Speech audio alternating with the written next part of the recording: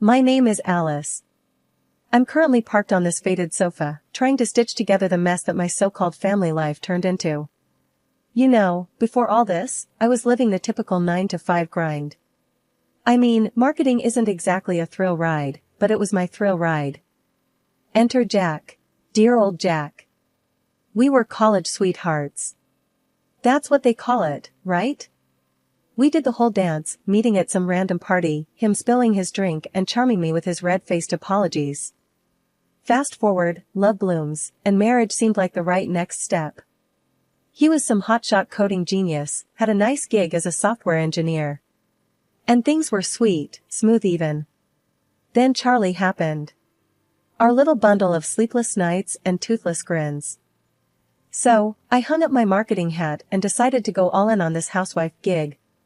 That meant I had more time to start picking up on the nuances of Jack's moods, especially when Linda, the Lord Almighty mother-in-law, rained down her opinions via Skype. Never met her in person, but damn, she sure did like to make her presence felt from a few hundred miles away. You need to put your foot down, Jack. Linda's voice would slice through the speakers. A man's home is his castle, and don't you forget it. I'd see how Jack's eyes shifted, shoulders squared like he was gearing up for war. After the call, he became a different guy. If I left a mug on the counter or dared to sit down before the clock hit acceptable by his newly acquired standards, boy, would I get it. It's not a hotel, Alice. You see that? That's a dish out of place. His words felt like cold steel, not the Jack I knew. Jack would flip from Dr. Jekyll to Mr. Hyde and back before you could say schizophrenia. But it wouldn't stick. Once Linda's echo faded, I'd get my Jack back. On this particular Tuesday, Jack had that look in his eyes, that unnerving glint that always showed up post-Linda. He ambled into the kitchen, my domain, and leaned against the fridge with all the subtlety of a sledgehammer. Hey, babe, you need to pick up the pace around here. Mom said. I cut him off, hands deep in dough. If Linda says jump, we asking how high now? Not funny. She's right. We won't raise Charlie in a mess. I mean, look at this place. I followed his pointing finger around our perfectly tidy kitchen. The nerve of him. I thought about giving Jack a piece of my mind, but my mother always said to pick my battles, and with Jack on a Linda-fueled bender, it didn't feel like a winnable war. Suddenly, the sound of Linda's screechy tone popped from the living room. Another Skype alert. My stomach dropped. Come on, Alice. It's Mom. Watch the attitude. My eyes nearly rolled out of my skull. I wiped my hands and prepared to face the screen, our digital overlord. And there she was, in all her pixelated glory. Alice, dear, I see you're busy, but remember, Jack works hard. Keep that home nice for him, won't you? I gritted my teeth. Of course, Linda. Nothing but the best for your boy. Jack flashed me a warning look, like be nice or else. But as Linda carried on about her expectations, I swear I felt something in me start to crack. Would this ever end? Or was I destined to live under the thumb of a woman who wasn't even in the room? On a Thursday that felt like any other, with Charlie fussing in my arms and the smell of yesterday's dinner still haunting the living room, Jack came out with it. We're spending Christmas with my mom in her house, he said, not even looking up from his phone. I paused, Charlie's pacifier halfway to salvation. Christmas there? With Linda? The words were sour, just hanging in the air. Jack finally glanced up, eyebrow raised. Yep, good for the family and all that. High time they all met Charlie, don't you think? Pulling at the edge of my shirt, already spotted with who knows what, I frowned. But Charlie's so young, and I'm not up for a road trip, especially in December. He shrugged, scrolling through something undoubtedly important. Babe, it'll be fine. A bit of cold won't hurt him. Besides, Mom's already planning the whole thing. Heat flared up in my chest, but I kept my voice steady. Doesn't sound like a question, Jack. Did you even consider my say in this? Come on, Alice. It's not up for debate. This is what families do. They get together for the holidays. I shot him a look that could have burned toast. And usually, they ask, not announce, I snapped. He pocketed the phone and came over, trying to play peacemaker. Hey, I know it's sudden, but think about it. Could smooth things out with Mom. I laughed, but there was no joy in it. Smooth things out? You mean playhouse the Linda way or no way? Jack winced. That's not fair. You know how much she's been bugging me about visiting. I handed him Charlie, who seemed hellbent on testing his lungs. She's not the one who has to pack up an infant and deal with your family's drama. Jack bounced Charlie on his knee, a whisper of a smile on his face. It'll be like an adventure. You love adventures, remember? That's when the mom glare I'd been perfecting hit him full force. Adventures don't involve feeding schedules and diaper bags. But Jack had that determined look that spelled trouble. We're going, Alice. End of discussion. I let out a long sigh, nerves frayed. Fine, but hear this, Jack. We're not going there to be pushed around. I'm serious. He nodded, but there was a trace of something else there. And I won't remember saying yes to this kind of look. And you're gonna help, right? With the packing, the baby, and dealing with your mom? Yeah, of course, he said, though he was already picking up his phone again. With a defeated grunt, I moved to start making a list of what to take. Booties, blankets, and the battle gear needed to survive a week with Linda. The moment we stepped into Linda's house, a looming structure that seemed straight out of a ghost story with its creaky floorboards and chilly drafts, I knew we were in for a ride. A sea of faces turned our way, Jack's aunts and uncles, cousins by the dozen, and the venerable queen herself, Linda, holding court. Her eyes skimmed over me like a scanner, resting on our sleeping Charlie, wrapped snug in his blanket. There's my grandbaby, she exclaimed, her arms outstretched, with a warmth that almost felt real. But as she lifted her gaze to meet mine, the temperature could have dropped 10 degrees. Alice, she nodded, begrudging respect at best. Jack cleared his throat. Mom, thanks for having us. The room was buzzing with relatives chatting and the scent of cinnamon and pine. But the festive cheer didn't reach Linda's eyes when she turned back to me.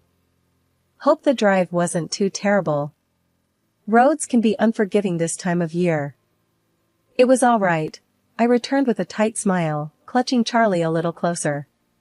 Well, let's not stand here catching a chill, Alice, Linda continued, and the entire room seemed to hold its breath. I would really appreciate it if you could take the lead getting the place shipshape for Christmas. Jack shot me a desperate play nice look while I struggled to find words. Me? But, I've got Charlie too. Linda waved a hand dismissively. Oh, there will be plenty of hands eager to dote on the boy. Besides, I've seen your Instagram. You've got a knack for this sort of thing. My Instagram, the place where I posted meticulously filtered photos of our home that hid the chaos of reality? I gritted my teeth and forced another smile. I guess I can give it a go. A look of approval crossed Linda's face, one that didn't reach her eyes. So I dug into box after box of holiday decor, feeling more like Cinderella than a welcomed guest. Jack's family was a loud chorus of advice and backseat decorating, all while passing Charlie around like the season's hottest toy, a living, breathing doll for them to coo over. Jack vanished into the belly of the house, with only the odd shout of "How's it going there?" or "Mom says the garland should go higher," to remind me he was still there. By the time dinner rolled around, the grand old house glittered and shone like something out of a fairy tale where the fairy godmother had taken the day off and left Cinderella to do all the work herself. At the table, loaded with more food than the whole neighborhood could eat, Jack raised his glass in a toast. To family, he said, smiling. I caught a wink he sent his mother's way. I tried to match their cheer, but fatigue had long since taken the wheel. Jack noticed, but not with the sympathy I needed. You could have put a bit more tinsel up, he remarked offhandedly between bites. Mom noticed. After a long night chasing the elusive spirit of Christmas at the behest of Linda's pointed directions, all the while keeping a smile plastered on my face for the sake of holiday peace, I retired to our room. Next day I found Jack in what they called the den, but it was more like a wild man cave where Christmas seemed to have thrown up. There he was, sprawled on the couch, a beer in one hand, eyes glued to some game on TV. The sound of sports commentators filled the room. "Jack, we need to talk." My voice was firm, louder than I intended. He glanced up, annoyed at being interrupted. "What's up now?" "It's about yesterday, about everything since we got here." "I'm tired, Jack. And I feel alone in all this." The words spilled out. He scoffed. "Alone? With all my family around? Come on, Alice. You've got to toughen up. This is the big leagues." "I'm not talking about numbers, Jack. Look, your mom, she's piling everything on me, and where are you? Off the grid the second any work pops up." He rolled his eyes. "Not this again. Just do what she says, Alice. That's how it works around here. You'll live." Frustration boiled over. "I'm not one of your mom's robots, Jack. I'm your wife, and I'm asking for your help. It's like you don't get it." He let out a laugh. "Help? What do you want me to do? Decorate cookies? Hang tinsel? That's kid stuff. Just stick it out." His words stung. "Kid stuff? Really? Because last I checked, we're a family too. Or is that kid stuff as well?" Jack stood up, his face getting redder. "Watch your tone, Alice. Don't start something." The room felt smaller, the walls closer. "Start something? No, I'm finishing it, this conversation and your damn free ride." "What's your deal, Jack? Too good to help out your own wife?" He moved towards the door of the den. "I've had enough of this. You knew what you were getting into when you married me. Remember that?" I followed him. "Yeah, I remember. Promises. Support. Respect. Heard of them?" But he was already out the door, leaving me talking to a room full of silent trophies and blinking lights. The next day, there wasn't much change. The family was all over the place, and I was still the designated workhorse. Jack avoided me, getting tight with his cousins, laughing too loud over beers and football. I worked, hardly speaking to anyone, especially not Jack. I was too angry, too worn out.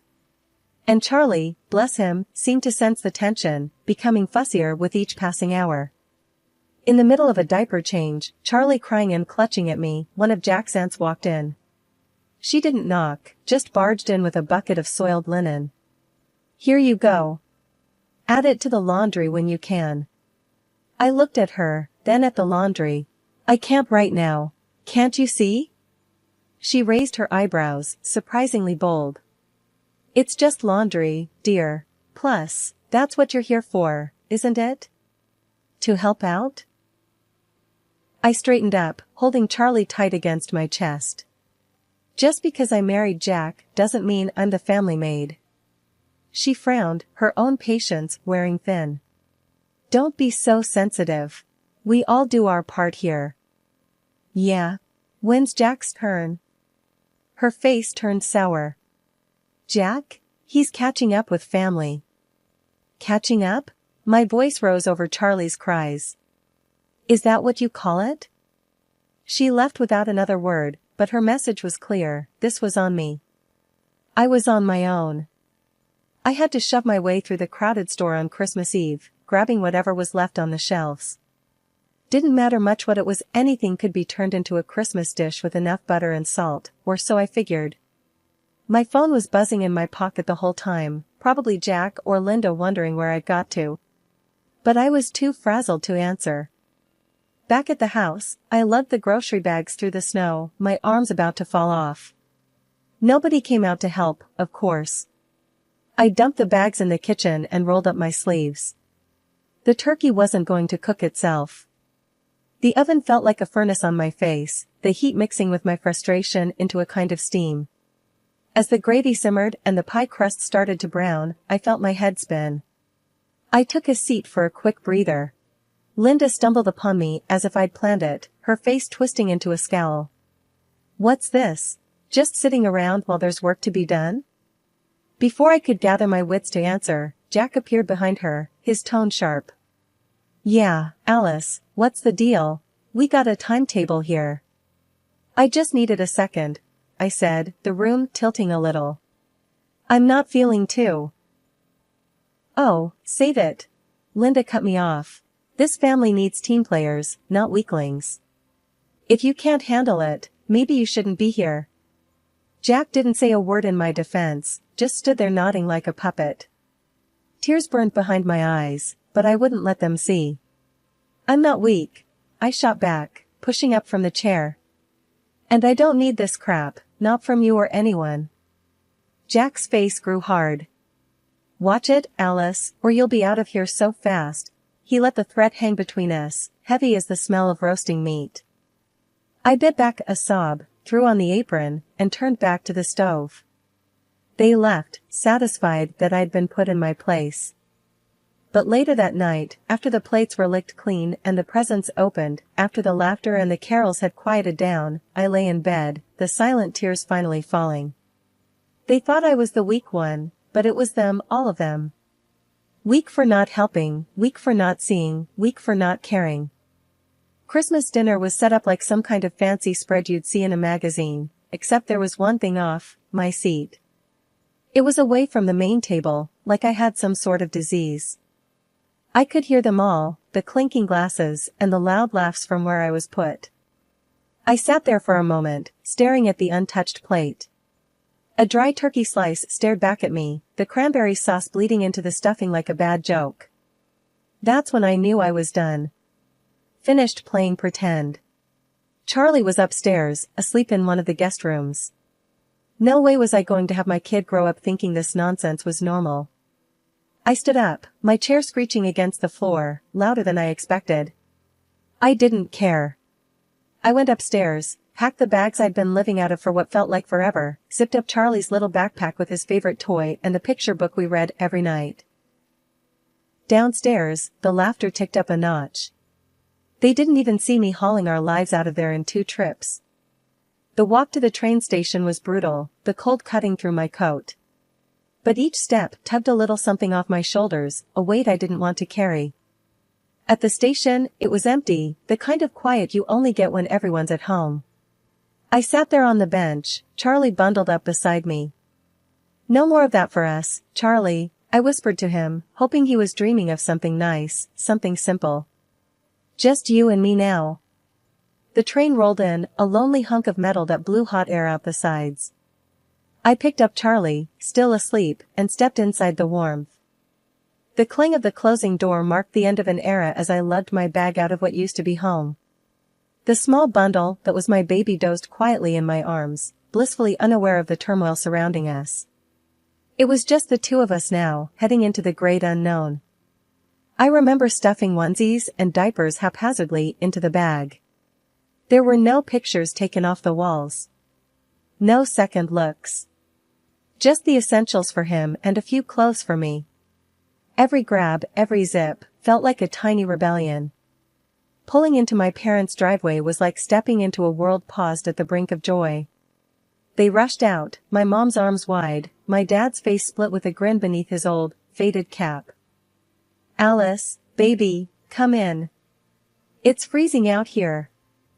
Mom smothered us in one of her bear hugs, the kind that could squeeze the sorrow straight out of your soul, while Dad took care of the bag and the base for the baby carrier. The warmth of the house hit me like a mug of hot cocoa. They had the Christmas tree twinkling, the lights blinking in a slow, sleepy pattern. We settled into the living room, and before I knew it, my mom had a steaming plate of food in front of me and a stocking filled with baby rattles and teething rings. It felt unreal. Laughter filled the air, a stark contrast to the thick silence I'd escaped. The baby stirred in arms, and I kissed him, promising silently that it was going to be different. We were just about to toast, the clink of our glasses ready to sing, when my phone rang, jarring against the melodies of Jingle Bells. I checked the caller ID, Jack. Hello? Alice, where the hell are you? It was Jack, his voice a cocktail of anger and confusion. At my parents'. Where else would I be? I said, not missing a beat. There was a pause, and then, you need to come back. This isn't your home anymore. I snorted, the laughter bubbling up from deep within, genuine and loud. You're joking, right?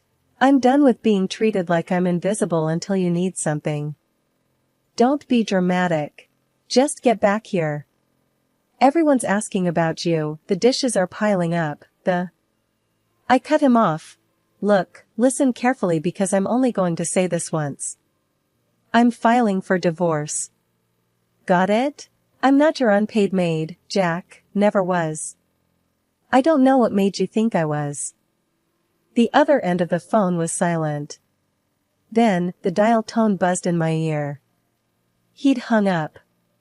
Mom was looking at me, eyes wide. I hung up the phone and met her gaze straight on. I should have done that years ago, I said.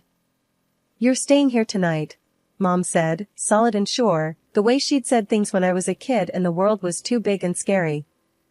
Yeah, I agreed, feeling the truth in her words. Yeah, I am. Charlie's laughter filtered through from the other room. Let's go celebrate Christmas, I said with a trembling smile. And with the click of the phone, I sealed the decision in the pocket of my jeans, and stepped back into the warmth of the living room where the promise of a peaceful night hung gently in the air, a stark contrast to the storm I had just weathered. Waking up to the same old ceiling crack had become kind of a comfort. The kitchen was already buzzing when I came down. Mom was at the stove, and Dad was half buried in newspaper at the table. Charlie was making a go at a slice of toast, more crumbs decorating his lap than making it into his mouth. Morning, I mumbled, grabbing the pot to pour myself some coffee. Before I got the chance to take a sip, the phone was blaring its old ring from the wall. Dad's eyes met mine. With a hint of a smirk, I answered it, knew who it was before I even said hello. Alice, darling, I need you to come back. Jack's voice came through, half pleading, half like he was ordering a pizza. A man needs his wife. I need you to take care of things here. I almost choked on air, the laugh came out so hard. Jack, honey, you lost the right to need anything from me. But nothing, Jack. I'll send over the divorce papers by the end of the week. You can take care of yourself, or find someone else to boss around. Have a nice life. And with that, I hung up. Mom was staring at me, one eyebrow raised. Everything all right? She asked, a knowing look on her face. Couldn't be better, I said, finally taking that sip of coffee. It was bitter, strong, and hot. Just how I needed it. As weeks turned into months, that new chapter in life I'd opened became less about what I'd left behind and more about what was ahead.